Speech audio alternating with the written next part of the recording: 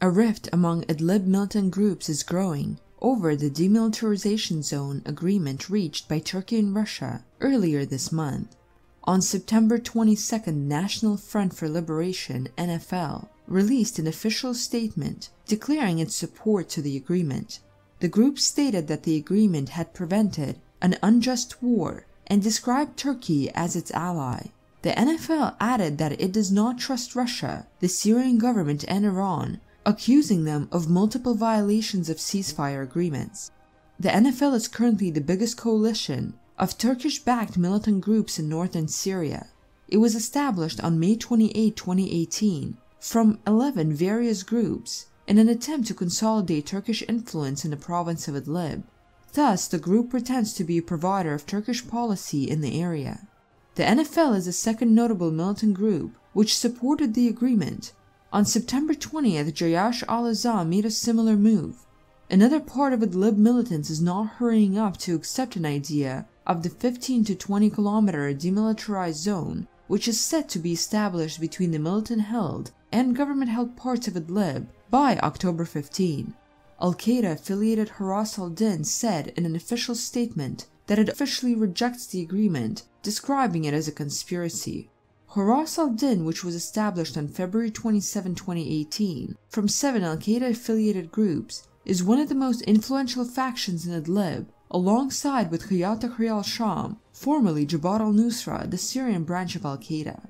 While multiple media activists and outlets linked to Hayat Tahrir al-Sham have criticized the demilitarization zone deal, the group is yet to release an official statement on the issue, most likely because negotiations between the group and Turkish special services are still ongoing behind the scenes.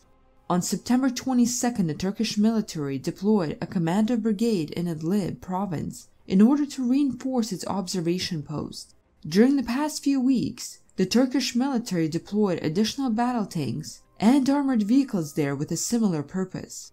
These moves may indicate that Ankara is really going to make an attempt to force Idlib militants to obey the demilitarization zone deal. On September 20th, the Kurdish Hawar news agency reported that the Turkish military had deployed hundreds of armored vehicles, battle tanks, and trucks on the border with the northern Syrian town of Tel Abyad, which is now controlled by the US-backed Syrian Democratic Forces (SDF). Syrian sources expect that Ankara are going to force Kurdish units of the US-backed group to withdraw from the town in a Manbij-like move. Meanwhile, the SDF has continued its operation against ISIS in the Hajin pocket in the Euphrates Valley.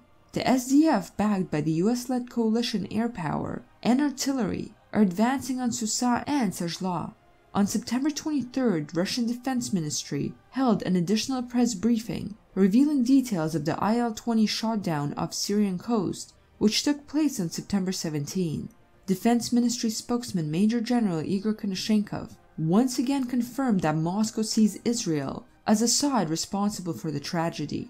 The reasons are actions of the Israeli F-16 warplanes hiding behind the Il-20 from the Syrian air defense fire, the misinformation on the strikes provided by Israel, and multiple violations of the Russia-Israeli deconfliction agreement by Israel.